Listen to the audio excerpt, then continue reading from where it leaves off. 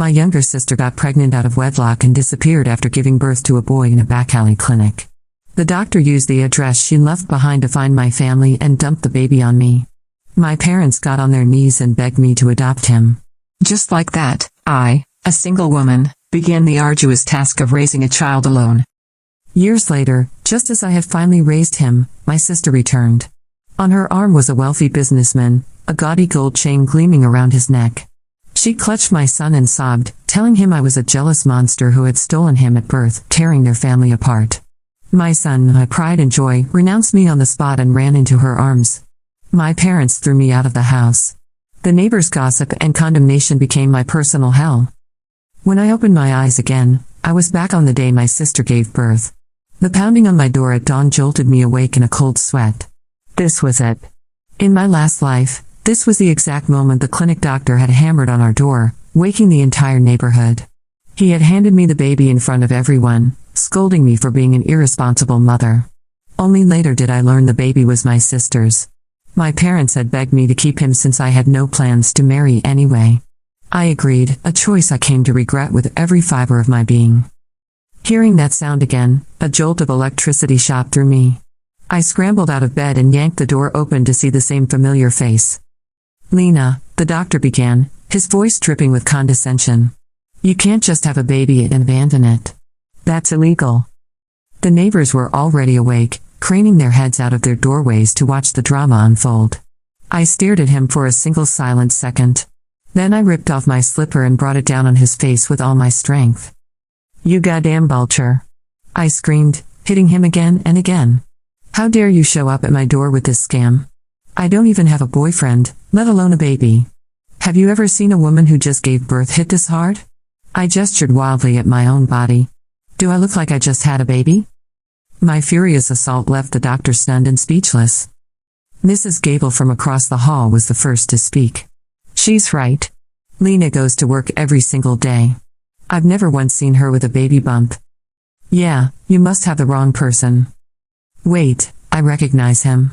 Isn't that the doctor from that sketchy clinic down the street?" I planted my hands on my hips, slipper still raised. "You sleazy old quack. You run a back alley clinic and now you're trying to pin a baby on me. That's it, I'm calling the cops." The word cops made him panic. "I won't press charges for the assault." I grabbed a fistful of his hair, yanking his head back. "Oh, you won't press charges? Too bad, because I'm not letting you run away." I pulled out my phone and dialed. "Hello, 911. I'd like to report a case of infant trafficking." "Don't you dare say that," he shrieked. "You'd better have a good story for the police," I snarled, "or I swear to God I'll burn your little clinic to the ground." Fate had given me a second chance, and I was unleashing every ounce of frustration and injustice from my past life. When the police arrived, they found a bizarre scene, a doctor holding a swaddled newborn, his face bruised and swollen, and me in my pajamas wielding a slipper like a weapon. The neighbors had all gathered, buzzing with speculation. The officers looked from the baby, so fresh its umbilical cord was still clamped, to the doctor. "Right, what's going on here? Start talking." "She's the one," he sputtered. "The patient left this address and name." He pulled a medical file from his pocket. An officer took it. The address was indeed mine, and the name on the file was Lena Scott. I crossed my arms. "I have no idea what you're talking about. Someone obviously used my name to have a baby and is now trying to make me pay for it." Just as I finished speaking, my parents, who had been hiding inside, finally emerged. "Lena," my mother began, her voice wheedling. "Since you're not planning on getting married anyway, why don't you just adopt him?" "Are you serious, Mom? I'm not just going to randomly adopt a child who appeared out of nowhere. We have no idea who his parents are. What if they're drug addicts? That stuff is genetic. You want me to raise some ungrateful little monster?" My parents were stunned into silence. The doctor's face twisted with fury. He shoved the baby into my arms. "This is your family's problem. I'm done. You can tell Stella she can raise her own damn kid. If I'd known you people were this unreasonable, I never would have come." A collective gasp went through the crowd. The secret was out. The baby belonged to my sister. "Stella, you liar," I shouted, shoving the baby right back at him. "First you say he's mine, now you say he belongs to Stella. Where's your proof? You have none. You just want to dump this baby on us. Officer, I'm telling you, this man is trafficking infants. The crowd outside grew louder, voices overlapping in waves of disbelief. The morning air was thick with whispers and suspicion, all of it pressing down on me like a heavy weight. But this time, unlike in my last life, I was not the victim. I was the one holding the cards. The officer holding the file flipped through the pages, frowning. The patient record says Lena Scott.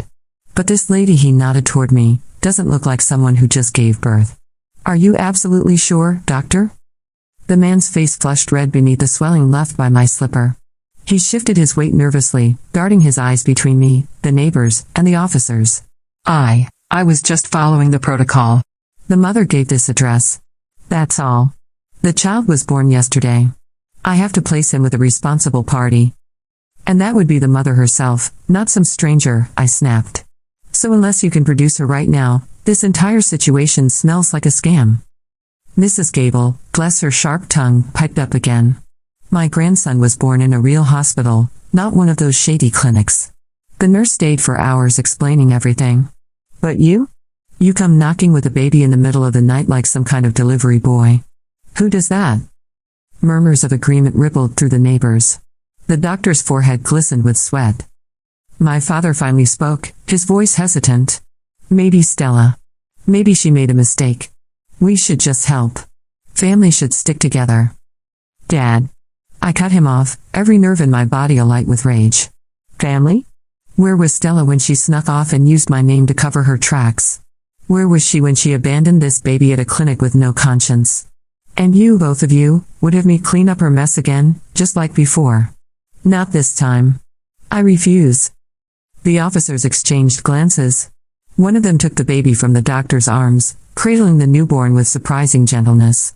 We'll take the child to Child Protective Services until the mother can be located. Sir, he turned to the doctor, you'll need to come with us for questioning. This looks like a potential case of identity fraud and neglect. No. The doctor wailed. This isn't my fault. It was Stella Scott. She signed the papers herself. She gave this address. I was only. Save it for the station, the officer barked. They cuffed him right there in the hallway. The crowd erupted with gasps and low murmurs. The baby let out a thin, wailing cry, tiny fists waving in the air. For a brief, aching moment, my chest tightened. I had raised him once. I had fed him, clothed him, stayed awake through nights of fever, celebrated his first steps, and held him when he cried. In my last life, I had poured every ounce of love into him only to have it twisted and spat back into my face. Now, here he was again, only a day old, innocent and helpless. I clenched my fists, forcing myself to look away. This was no longer my burden. The officers carried the doctor and the infant down the stairs, leaving behind a hushed silence. My neighbors turned to me, their faces a mix of sympathy and curiosity. For once, I was not the fool. I lifted my chin. You all saw what happened. Someone tried to use me as a scapegoat. Let this be a warning, next time it could be any of you.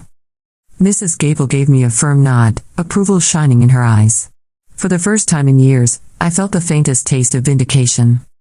When the police car pulled away, my parents dragged me back inside. My mother shut the door with trembling hands. Lena, why did you say all that?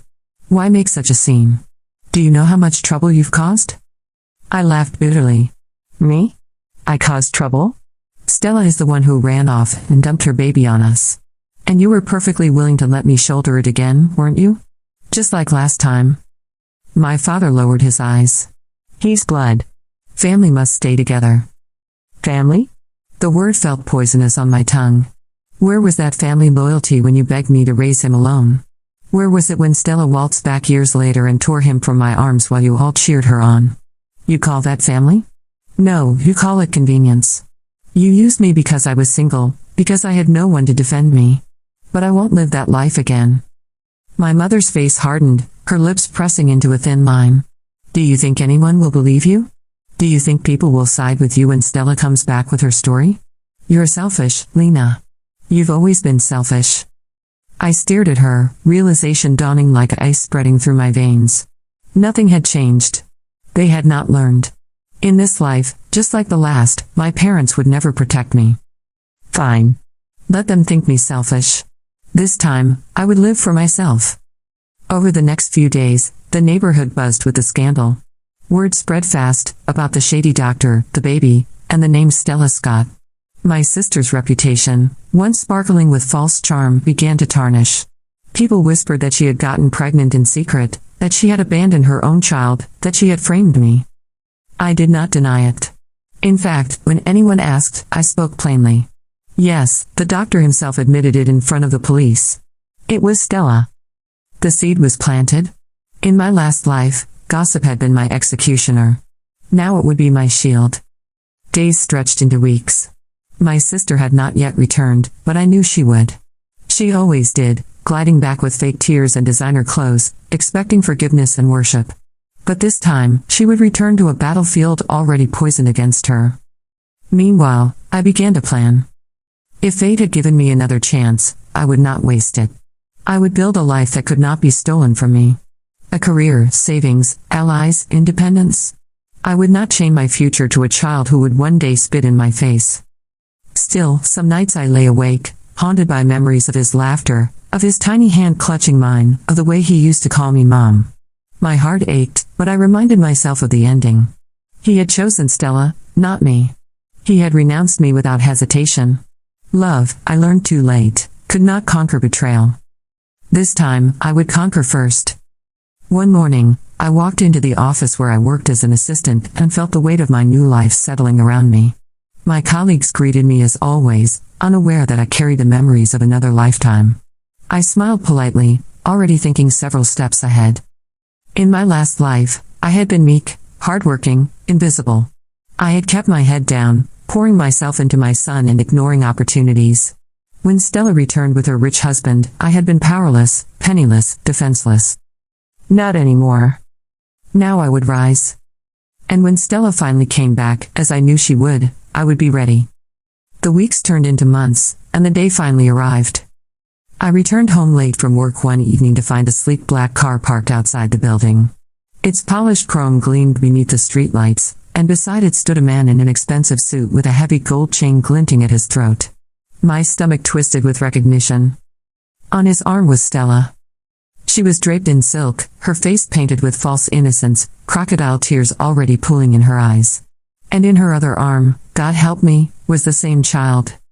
My son from another life. The sight of him nearly knocked the air from my lungs. He was only a few months old now, chubby cheeks flushed from the evening air. His tiny eyes blinked up at me, unknowing, unscarred by betrayal. Lena, Stella cried dramatically, rushing toward me. How could you abandon your own flesh and blood? This child needs his mother. The neighbors, always hungry for spectacle, began to gather. Their eyes darted between us, whispers already buzzing like hornets. But this time, I did not falter. I raised my chin and looked her dead in the eye. My child? That's funny, Stella. Because everyone here already knows the truth. That baby is yours. A stunned silence fell over the crowd. And just like that, the war began. The streetlight threw a thin silver bar across the hood of the black car. Stella leaned into it like a model at a showroom, eyes shining with practiced grief. The man beside her adjusted the gold chain at his throat and watched me the way a buyer inspects a product. In her arms, the baby shifted and made a small sound, a kitten noise that rolled straight through my rib cage. Neighbors drifted out of doorways, slippers shuffling, arms folded across robes. Someone whispered that this was the rich man from the new tower by the river. Someone else said he owned a nightclub. Someone said both. Heads turned. Phones lifted. I let them record. In my last life, secrecy had been my enemy. This time, the light was my witness. Lena, Stella said, drawing my name out like a ribbon. At last. You and I need to talk about what you did. I kept my hands at my sides and did not step forward. Not even 1 inch. The baby was the gravity in her pose, the lure she expected to pull me off balance. Not this time. What I did was call the police when a clinic tried to force a stranger's child on me, I said. You might remember that. Everyone here does. Her lashes fluttered. The baby, she said louder, so the crowd could hear, was only taken to the station because you attacked the doctor. You made a scene and the officers were confused. There was a mistake with the file. But everything is cleared up now. My child is home with his family. The man in the suit laid a hand on her back with careful pressure, like he was posing her for a photograph. "We have him now," he said to me. He smiled without showing teeth. "That is all that matters. Names have power." I wanted his. So I glanced at the gold chain, at the watch face, at the shoes, built the guess, and asked as if I already knew. "Mr. Cole, right?" The faintest pause. Then the smile widened. "Damien Cole," he said. "Yes. And you are Lena Scott, the woman who tried to abandon her own sister's baby." A few neighbors hissed. A few gasped. Mrs. Gable cut through them all with a snort. "We saw the police take the doctor away in cuffs," she said. "We also saw the file with Lena's name on it. And we heard him say the mother was Stella. So unless the baby changed mothers on the way to the station, you are both full of hot air?" Laughter scattered the tension. Stella flinched. Mr. Cole's eyes slid to the phones. He recalculated, then softened his voice. "No one wants trouble," he said. "We only want what is best for the child. My wife has been ill. She was not herself. She made mistakes. We are here to make amends. To family." Wife. The word hung there. Stella did not correct him. A ripple moved through the crowd. You could feel the math being done in a dozen heads. If they were married, then the baby would become the heir of a man with a car like that.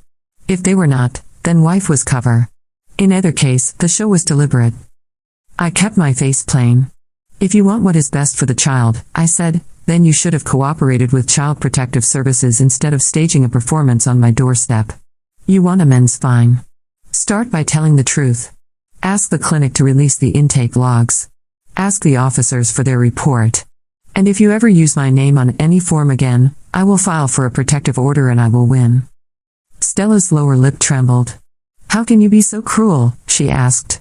"Mother said you have always resented me, but this is monstrous. He is a baby." "Cruel is abandoning a newborn and sending him to my door," I said. "Cruel is using my life as a trash can for your choices. I will not take him. Not now, not ever. Raise your son. Or do not. But keep my name out of it." The word ever rang, and I let it. The old Lena would have left a crack in the door for hope. The new Lena left none. Mr. Cole took one small step closer, palms open. "We do not want to involve the state," he said in a low voice meant for me and for every microphone within 10 feet. "That would be a tragedy for such a small child. Families should solve family problems. If you would sign a simple affidavit stating that you have no claim and no interest, we can all move on. In return, I can make sure your parents are taken care of. A better apartment. A stipend. No more gossip. Peace." There it was at last. The purchase price. In my other life I would have heard the word peace and melted. This time I measured the offer like a carpenter measures a piece of rock. "You want me to sign away something I do not have," I said. "You would prefer to obtain that paper in case anyone ever asks how this baby went from a back alley clinic to a penthouse. No, Mr. Cole. If you want a document, talk to my lawyer." "Lawyer," Stella repeated and laughed a little too brightly. "Since when do you have a lawyer?" "Since the day you used my name to commit fraud," I said. "And I suggest you get one too. A real one." I turned my back on them and went inside. The door clicked shut on a burst of whispers. My mother was waiting in the hallway, hands clenched in her cardigan. "You humiliated your sister," she hissed. "You just had to. Why can you not be kind? You know how sensitive she has been.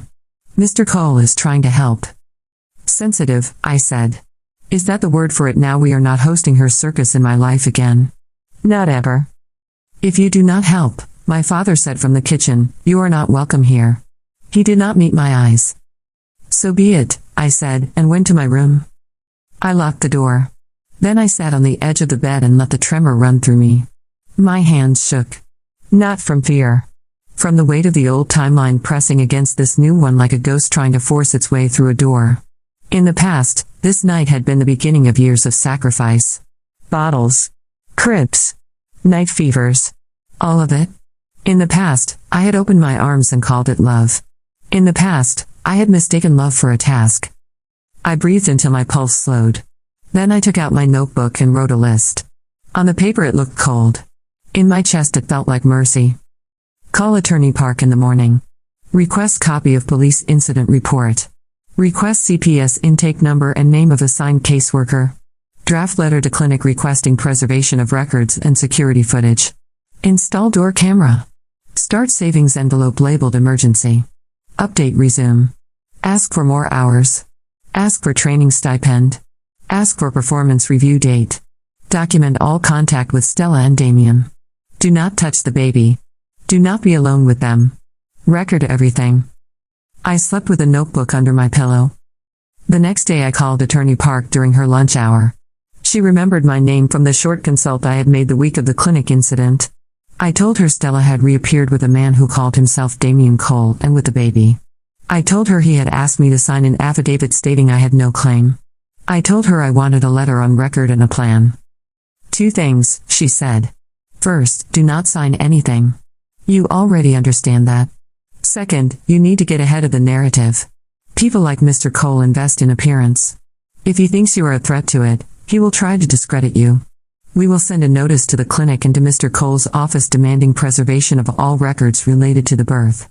We will also notify CPS that you are a victim of identity fraud connected to the case. That way, if anything goes sideways, they will already see you as a witness, not a suspect. What about my parents? I asked. They will say whatever Stella wants.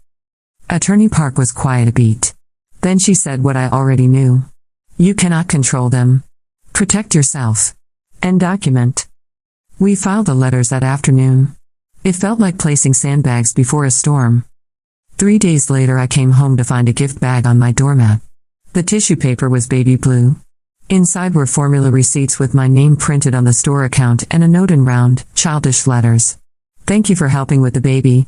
Do not be so stubborn. My door camera caught the drop-off. Stella's face was tilted just enough to be pretty on screen. She knew exactly what she was doing. If she put me near milk and diapers in the public mind, one day she could say I had always been involved. That I had contributed. That I had mothered. I forwarded the clip to Attorney Park and to Mrs. Gable for sport. Then I placed the receipts in a plastic sleeve and labeled it evidence, staging. The next week, Stella hosted a baby shower in our parents' apartment. She posted a photo with pink balloons and glitter letters that spelled out "Welcome Home" on the wall, the baby on her hip and the gold chain flashing at her shoulder. My mother stood beside her, glowing. The caption read, "My sister could not be here but we forgive her. Family always forgives." The comments were a bonfire. I did not reply. I washed dishes. I called the CPS number and asked for the caseworker on the file. A woman answered on the second ring and introduced herself as Ms. Dorsey. Her voice had the steady tempo of someone who had navigated too many storms and learned to keep her keel straight. "You are listed as the reporting party for the identity issue," she said when she found the file. "We released the infant to the mother after she provided matching DNA. We also conducted a home visit. The living conditions were satisfactory." Satisfactory, I repeated. Does that include a man who may or may not be her spouse, who offers money to silence a witness? Silence took a long breath at the other end of the line. "Mom, if you have documentation, please submit it." I sent the video of Damien's offer. I sent the recorded street conversation. I sent the gift bag clip. Ms. Dorsey acknowledged receipt and said the words that mattered. "We will place this in the file." Meanwhile, at work, I asked for more responsibility. My manager blinked as if he had not expected any initiative to come from the quiet woman in the third cubicle. I presented a short proposal I had written the night before: how to streamline intake, how to triage calls, how to reduce errors. He skimmed it, then looked up, surprised. "You wrote this," he said. "Yes," I said. "We tried something similar last year. We did not have the staff to handle it." "I can handle it," I said. "Give me 3 weeks. If metrics do not improve, we go back." He gave me 2 weeks. In 10 days the queue time dropped by a third and the error rate fell by half. He asked how I had done it. I had done it by caring about something I could control. On Friday he gave me a small raise and a new title with the word lead in it. It was not much. It was everything. I opened a new account at a credit union and labeled it Clean Exit. I let the number grow the way one lets bread rise, with patience and faith. Stella noticed. Of course she did. People like Stella have noses for energy that is not on them. She showed up in the lobby of my office on a Tuesday with a stroller and a soft smile. The receptionist called my desk. I came down, turned on my phone recorder, and stepped into the marble light. We should not fight, she said before I could speak. I was terrible. I was scared. I did not know what to do. I went to the clinic under your name because I panicked. I will fix it. But you have to help me. How? I asked. She pushed the stroller a little, a sway train to look maternal. They keep asking about the father, she said. They keep saying I need to list him on something. But he is complicated. You know. It would ruin everything. If you signed a statement saying you were the patient and that there was a mistake with the file, then I can clean it up without dragging anyone. Anyone meant Damien. Or it meant a different man entirely. In the whir of her words there was a tiny blank place. I set my finger on it. Who is the father? I asked. She did not blink. Damien is, she said at once. Then list him, I said. He cannot, she said, too quickly. Because of some legal stuff with his business. It is boring. It would be easier if you just said you were the one who went to the clinic and then changed your mind, and that the doctor got confused when he tried to return the baby. It is just paperwork. I will take care of the rest. I will take care of you. There it was again, the old script, polished and familiar. I took care of you. Like an owner. My answer was a slow breath. No. Her eyes went flat. You think you are better than me now, she said in a voice like a whisper and a knife. You think because you made friends with that lady across the hall and got a little raise that you can pretend you are something. I think I finally understand what I am, I said. And what I am not is your trash can. She reached for my arm. I stepped back. The stroller rolled an inch and bumped my shin. The phone in my pocket recorded everything. Even the small, ugly way she said the next line. You will regret this. I did not. I went upstairs and finished my shift. When I came down, security told me the woman had returned, crying, saying I had grabbed her, shaken her, and tried to take her child. They asked me to wait while they reviewed the lobby cameras. I waited. The footage showed exactly what had happened. Security wrote a note and printed a still for me to keep. I filed it with Ms. Dorsey and with Attorney Park. Every time Stella tried to set a trap, she fell into it herself. The clinic tried to wriggle free. Their lawyer sent a letter claiming that the intake file had been altered by an unknown party and that they were cooperating fully with the investigation. They attached no logs. They said their cameras had been down that week for maintenance. They said these things like prayers. Attorney Park sent a subpoena. The clinic said nothing at all after that. In the evenings I sat at my small table and sorted paper into folders. I labeled each one. Police. CPS. Clinic. Work. Parents. Stella. Damien. I printed screenshots. I wrote dates in the corners. It looked fussy. It was armor. Then one afternoon a nurse knocked on my door. She was tall and tired and wore a coat that had seen too many shifts. When I opened the door, she said, "Are you Lena Scott?" "Yes," I said. She looked down the hall and back. "May I talk to you?" she asked. "I will be quick." I let her in and poured her water. She stood with a glass in both hands and spoke like a person to a person, not like a witness to a wall. "I worked that night," she said. "At the clinic. I hate that place. I have been trying to leave. I did not like what they did to you. The doctor told me to put down your name because the mother insisted, and because he wanted a fake that would hold long enough to get the baby off the premises. He said it was to protect a wealthy client. He paid me cash to keep quiet. I kept the cash. I did not keep quiet. I made copies of the intake log and the bracelet sticker before he tore them up." She slid an envelope across my table. Inside was a photo of a torn bracelet label. It showed the date, the infant code, the sex, and the mother line. The mother line said Stella S. The father line said unknown. Under the label was a sticky note with a phone number and a name. It said Afton. Under that, a second number and a name. It said Cole Legal. I lifted my eyes. "Why are you here?" I asked. "Because I saw the baby at the follow-up check," the nurse said, and he smiled at me with his whole face, like a sunrise. "Because I have a son too. Because I want to be able to look at him and say I did one right thing.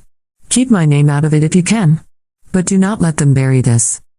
She left before I could thank her properly. I sent scans to Attorney Park, who called me so fast I wondered if she had been sitting on the phone. "This is enough to force a hearing," she said. "We will request a court-ordered DNA test for paternity. It will either confirm Mr. Cole and box him in or reveal another father and blow up whatever arrangement they are trying to build. What if he refuses? I asked. Then we will let the refusal speak for itself, she said. Judges understand the language of refusal. We file the motion. The court scheduled a preliminary hearing 2 weeks out. I marked the date on my calendar in red ink and then went very still, as if noise might scare it away. The days leading up to the hearing felt like moving through glue. At work I pushed metrics lower and trained 2 new hires. At home I made meals I could eat cold. I walked every evening after dark because it helped me think without heat. I did not talk to my parents.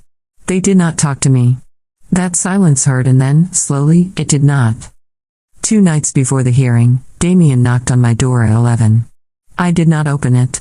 I spoke through the intercom. It is late, I said. You need to leave. We can make this go away, he said. His voice had been polished down to a calm that did not belong to human throats. Name your price. This is not about money, I said. Everything is about money, he said. You are wrong, I said. Some things are about sleep. You like sleep, he said. Understood. Here is the last offer. You sign a statement saying you lied because you were jealous of your sister. You post an apology. You delete the videos. In return, I will arrange for your parents to keep their apartment free and clear and for you to move to a better place with a moving stipend and 6 months of support. You will also receive a non-disclosure payment for your trouble, and if you keep your end of the bargain, I will consider adding you to a vendor list for occasional work. This is fair. You will take it. I leaned toward the mic. Good night, Mr. Cole, I said, and shut off the intercom. The next morning there was a smear of something across my door. It looked like chocolate. It smelled like fish. The camera showed a hand in a gray hoodie. Not Stella's. Not Damien's. Someone sent, not owned. I emailed the clip to Attorney Park and Ms. Dorsey over coffee and then went to work. The hearing morning was clear and thin. I put on the jacket I wore when I wanted to be braver than I felt and tied my hair back. Attorney Park met me on the steps with a file tabbed in a dozen places. She gave me one quick look and then nodded, as if she approved of something in my eyes. Inside, the courtroom was small and bright. The judge was a woman with a face that had no patience for theater. Stella sat at the petitioner table with a new lawyer and a silk scarf tied too tightly. Damien sat behind her, not at counsel, not at party, close enough to radiate ownership while staying just far enough to deny it. My parents slid into the back row and folded their hands the way people do in church when they are not sure which God is listening. The judge called the case. Attorney Park stated our request in simple words. We seek a court-ordered paternity test due to documented fraud at the clinic that handled the birth. We presented the intake copies, the nurse statement under seal, the videos, the letters. Stella's lawyer objected to everything and then objected to the air around everything. He said we were running a vendetta. He said the nurse was lying. He said the copy was fake. He said I had a history of mental instability and jealousy and regret. He did not say where that history came from. He said it like a man reading a grocery list. The judge listened, eyes on the paper, not on the noise. When he stopped, she asked precisely one question. If Mr. Cole is the father, why would a paternity test be a problem? Stella's lawyer smiled the way men smile at brick walls. There is no problem with paternity, he said smoothly. We simply object to harassment. Mr. Cole is a respected businessman with ongoing contracts. The optics of a forced test would be damaging. The judge lifted one eyebrow a fraction of a degree. Optics, she said, are not a legal argument. She turned to our table. Motion granted. The court orders paternity testing within 10 days. Parties will submit to sample collection at the appointed facility. Failure to appear will be treated as contempt. She paused, then added, for clarity, that means jail. The word did not echo. It landed. Damien's knuckles went white where his hands clasped. Stella nodded too quickly. My parents stared at their knees. We filed out into the hallway, where light fell through high windows and turned dust into glitter. Attorney Park exhaled once, a small victory. Then a man in a gray suit I had not seen before detached himself from a pillar and stepped into our path. Miss Scott, he said, and offered a card. His voice was crisp and friendly in the way a lock can be shiny. I represent the Cole Group. We would like to propose a private resolution that would render further legal action unnecessary. It would be better for everyone. Especially the child. I glanced at the card and did not take it. You had your chance to propose, I said. You proposed hush money. We declined. This is different, he said. We are prepared to acknowledge certain errors by the clinic. In exchange, we would like your cooperation in a corrected narrative that removes Mr. Cole from the paternity discussion and avoids reputational harm. You will be compensated. So the father is not Mr. Cole, I said. He blinked once, then recovered. I did not say that. You did, I said. With silence. He tucked the card back into his pocket. Think about it, he said, and glided away. Outside, on the wide steps, Stella caught up to me. Her scarf had shifted. Color had leaked from her face. For the first time in a long time, the performance faltered and the person underneath looked out. Do not do this, she said softly. Please. You will ruin him. Who? I asked. Damien. No, she said, and for a second she was just my sister again, terrified and young and choking on her own choices. Not Damien. The father. Then who is he? I asked. She opened her mouth. The courthouse doors swung. A policeman hurried down the steps toward us, hand to his radio, eyes scanning. He called a name. Stella froze like a small animal under a hawk. The officer stopped in front of her. Stella Scott, he said. There has been an incident at your residence. I need you to come with me. My mother reached for her. My father swayed. Attorney Park touched my sleeve with 2 fingers, a small anchor. What happened? Stella asked. Her voice was paper. The officer spoke carefully, the way people do when the ground is about to tilt. There was a welfare check. The child was transported to the hospital. He is stable, but he will be held for observation under protective custody until a hearing tomorrow morning.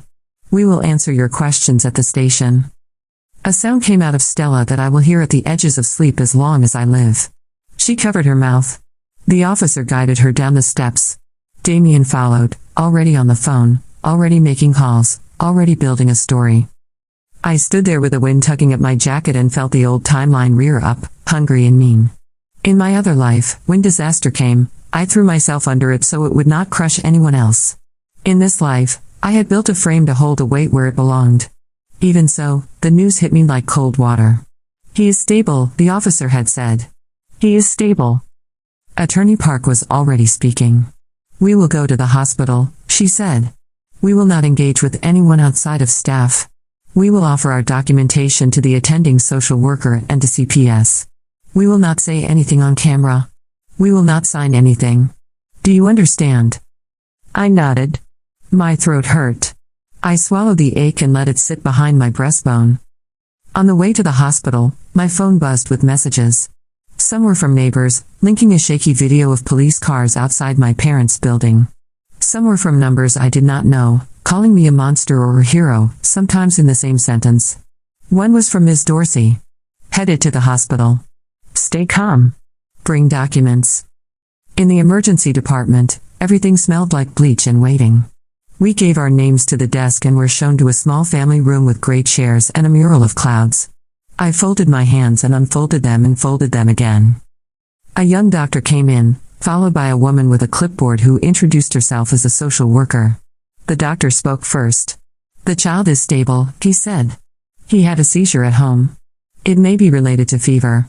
We are running labs. We will keep him overnight. Is he in pain? I asked before I could stop myself. The doctor glanced at the social worker, then at me. He is resting, he said. We are keeping him comfortable. The social worker asked for names. Attorney Park did the talking. She explained our role. She handed over the folder with tabs. The social worker read quickly, eyes narrowing in places, widening in others. When she finished, she said, "Thank you. I have some of this in the file already from Ms. Dorsey. This helps." She left to make calls. I stared at the cloud mural and tried not to imagine tiny hands reaching for air. I had chosen this distance. I had chosen it to save my life. It did not make the air easier to breathe. After an hour that felt like a day, Ms. Dorsey arrived with a stack of forms and a calm that made me want to sit down and cry. She thanked us for the documentation again. Then she said the line that changed the room. "The seizure is why we do not wait on court orders when we have reason to worry," she said. "We have a judge on standby. Given the evidence of manipulation around the clinic and the instability we have documented, we can place the child in temporary protective custody immediately. He will not be released to the mother tonight. He will not be released to Mr. Cole. The court will review in the morning. The paternity order stands. Stella's lawyer appeared outside the glass just then, flanked by Damien and a man in that same gray suit from the courthouse steps. They pressed the receptionist. They gestured. The receptionist shook her head and pointed to a sign that said clearly that only parents and legal guardians were permitted past that line. For once, rules were useful. Ms. Dorsey lowered her voice. "There is one more thing," she said. "The nurse who gave you the bracelet copy also contacted us directly this afternoon and provided a second piece of information. She identified a different man who visited the clinic after hours with the mother, paid in cash, and asked to see the baby before discharge. She wrote down his license plate. We ran it. The plate belongs to a car registered to an executive at the Cole Group. Not Damien. Someone else." "Who?" I asked. She told me the name. It landed with a weight I felt in my knees. It was not a celebrity. It was not a politician. It was worse. It was a man I had once seen at our parents' table laughing with my father about contracts and favors. It was a sponsor. It was a door my family had always knocked on when we needed help. It was a man who had hugged my mother at a neighborhood festival and called me the good daughter. The ground tilted. The mural clouds warped. I put my hand on the back of a chair and let the room right itself. Attorney Park's voice was steady. "We will let the court sort that," she said. "We do not speculate. We collect proof. We present it. We keep the child safe." Safe. The word was a small light. I fixed my eyes on it and would not let go. The social worker came back with wristbands for us to enter the pediatric unit as registered contacts for the investigation. Not family. Not guardians. Witnesses. That was enough. We followed her down a hallway where the lights were low and the machines blinked softly. At a window, she paused and nodded inside. He was sleeping. His face was open the way only babies' faces are, all breath and trust. The nurse had put a tiny knit cap on his head. Someone had tucked the blanket just so. He looked like the beginning of something. A shadow moved in the glass behind us. I turned and saw Damien across the hall with his lawyer in the gray suit, talking in hard whispers to a hospital administrator. Behind them, at the far end of the corridor, Stella stood alone, arms wrapped around herself, eyes on the small form in the crib. When she felt me looking, she did not glare. She did not posture. She only shook her head the smallest amount, a denial aimed at herself, not at me. Then she lifted her hands and pressed her palms to the glass like someone praying at a wall. I could feel the old reflex rise, the one that used to send me toward her to clean up whatever had spilled. I kept my feet still. I did not move. I let the ache exist and did not turn it into a task. The social worker touched my sleeve. "We will need you in the morning," she said. "Bring your documents and your comm. It is going to be loud." I nodded. Loud I could handle. Loud was only sound. As we walked back down the corridor, my phone buzzed again. A new message. Unknown number. A single sentence. "If you open this door, you will not be able to close it." I stopped walking. The sender had not signed the text, but I knew who it was. Not Damien. The other name. The one that had made the room tilt. Attorney Park read over my shoulder. She did not say do not answer. She did not say answer. She only said the thing that had become our rule. Screenshot it. Save it. Then put your phone away. I did. When I slid the phone into my pocket, my fingers brushed the notebook I still carried there. The list inside had lines through most items now. Only one new line waited at the bottom, blank, wide, a space for whatever came next. In the parking lot the night air felt cleaner than it had in months. I stood with my head tipped up at the slice of sky between buildings and thought about the first time I had held him in my other life, how warm he had been, how quiet the world had gone for a heartbeat. I did not reach for that moment again. I let it be what it was. I let it go. Tomorrow the court would ask its questions. Tomorrow names would be said out loud, not in whispers. Tomorrow the frame I had built would be tested. Behind me, a siren opened somewhere and wound its way toward the hospital. I turned and watched the red light approach, a pulse cutting through the dark, a countdown I could not stop and would not run from. I did not know yet which truth would hurt the most. I only knew that there was no going back, not for me, Not for Stella, not for the man with the gold chain, not for the man whose name sat now in the middle of all of it like a loaded stone. The door I had refused to open for years had swung wide. I walked through it. The morning of the hearing arrived with gray clouds smeared across the sky, the kind that seemed to press low against the city as if trying to muffle the noise of what was about to unfold. I stood before the courthouse steps, a folder clutched tightly in my hands, every page inside like a blade sharpened on the grindstone of my past mistakes. Attorney Park walked beside me, calm as ever, her stride precise. She was not the kind of woman who wasted words. She had reminded me last night on the phone, do not get drawn into their theatrics. Do not let them bait you. You are here to present facts. Nothing more. Facts. The word tasted clean and hard in my mouth. Facts were all that had saved me in this life so far. Not love. Not loyalty. Facts. Inside, the courtroom buzzed with attention so thick it made the air heavy. Reporters filled the benches this time. Word had spread quickly about a wealthy businessman caught in a paternity dispute, about falsified records, about a child caught in the middle. Cameras had been barred from the hearing itself, but the flashes outside had already left my eyes stinging. Stella sat at the petitioner's table, dressed in soft pastel silk, hair curled in a way that screamed innocence. Beside her sat Damien Cole, his gold chain tucked beneath his shirt now, but no less gaudy in posture. His lawyer, the gray-suited man from before, shuffled papers with theatrical precision. And behind them, my parents. My mother's lips were pressed so tight they had nearly vanished. My father stared at the table as if looking anywhere else would break him. I took my place at the respondents' table. The judge swept into the room, robes trailing, expression cold. She had no patience for performance, which gave me hope. The proceedings began. Attorney Park rose first, her voice crisp. Your Honor, we present evidence of fraud committed at the clinic, corroborated by a whistleblower nurse and supported by physical documents and video testimony. We request that the court recognize the child as under protective custody until paternity is established through DNA testing. We further request that all parties refrain from attempts at private settlement until the matter is resolved in full view of the law. The judge nodded, flipping through the documents already on file. Then Damien's lawyer stood. He spoke with the oily confidence of a man who thought the world bent to his smile. He painted me as a bitter sister, jealous of Stella's success, fabricating conspiracies to humiliate her family. He claimed the nurse was lying for money. He claimed I had doctored the evidence. He claimed I was unstable, resentful, incapable of distinguishing truth from delusion. Every word was familiar. I had heard them all before in my last life, not in a courtroom but in whispers, in gossip, in the pointed looks of neighbors and the harsh judgments of family. Back then, I had crumbled under the weight of it. But not now. When it was my turn, I stood. My legs trembled, but my voice did not. Your Honor, I said, I am not here to win a child. I am here to refuse being buried by lies. In my last life, I accepted the role they gave me, caretaker, scapegoat, fool. This time, I will not. The evidence speaks for itself. I ask that the truth be allowed to stand without being smothered.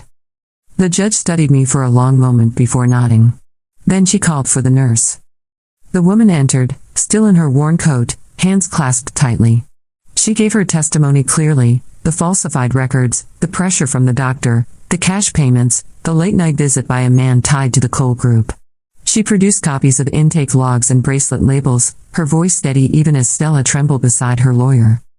Finally, the judge turned to Stella. Ms. Scott, she said. You have been accused of falsifying records to conceal the identity of your child's father. Do you deny this? Stella's lips parted. Her eyes darted to Damien, then to the man in the gray suit. She opened her mouth, closed it again. Then, in a voice so thin it was nearly a whisper, she said, I did what I had to. The courtroom erupted. Gasps, murmurs, the scratching of pens across paper. The judge raised her gavel once and silence fell. Then came the hammer blow.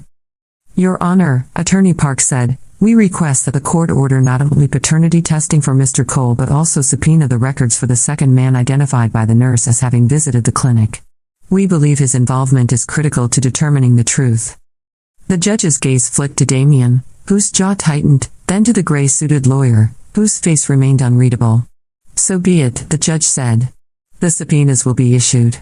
Failure to comply will result in contempt. The gavel struck wood. The rest of the hearing blurred. Papers were signed. Dates were set. CPS maintained temporary custody of the child. Reporters swarmed the steps outside as we exited. Microphones shoved toward my face. Questions hurled like stones. Did you abandon the baby? Did you frame your sister as Damien the father? I said nothing. Silence was the only armor I had left. But Stella did not stay silent. She broke from Damien's side at the bottom of the courthouse steps, tears spilling as she turned to the cameras. I only wanted to protect my baby, she cried. I did what I thought was best. Please, do not punish me. It was a performance I had seen 1,000 times before. But this time, the crowd did not clap. Some reporters nodded. Others frowned. Doubt had been planted, and doubt was all it would take to unravel her careful facade. Damien pulled her back, his expression carved from stone. His phone was already pressed to his ear, his other hand gripping her arm too tightly. For once, the neighbors watching did not whisper about me. They whispered about them. That night, I sat alone in my small apartment, the quiet pressing against my chest. I thought of the baby lying in a hospital crib, watched over by nurses and social workers. I thought of the life I had once built around him, every sacrifice, every sleepless night. I thought of how he had turned from me, without hesitation, without regret. My heart ached. But it no longer bled. Because this time, I had not allowed myself to be used. This time, I had not handed over my life in exchange for scraps of approval. This time, I had chosen myself. The phone buzzed on the table. A message from an unknown number. You won today. But the war is not over. I stared at it, then placed the phone face down. Wars were for people who had something to lose. I had already lost everything once. And yet, here I was, alive, free, and stronger than I had ever been. Weeks passed. The subpoenas went through. DNA testing confirmed what everyone had already begun to suspect: Damien Cole was not the father. The true father's name, once whispered, now stood in black and white. An executive, a man with ties to my father, a man who had thought himself untouchable. The scandal was fire. It spread through headlines, through boardrooms, through every corner of society that had once turned a blind eye. Stella became a symbol of disgrace. Damien withdrew, his reputation scorched. My parents tried to disappear into silence, but silence does not shield when truth roars louder. As for the baby, the court placed him under protective custody while long-term arrangements were decided. Whether Stella would ever regain custody was uncertain. Whether the father would step forward was even less so. But one thing was clear: he was safe. Safer than he had been in either of my lives. I visited once, at the request of the social worker. He lay in his crib, eyes wide, small hands waving in the air. He looked at me the way babies do, without judgment, without memory, without the sharp edges of betrayal. For one heartbeat, the old ache surged again. I reached out, but stopped before my hand touched his. Goodbye, I whispered. And I meant it. I walked out of that hospital with my head high. The past life I had once carried like a chain was gone. The weight of sacrifice, of betrayal, of abandonment, it had all burned away in the fire of truth. This time, I had chosen differently. I had chosen myself. And in that choice, I was finally free.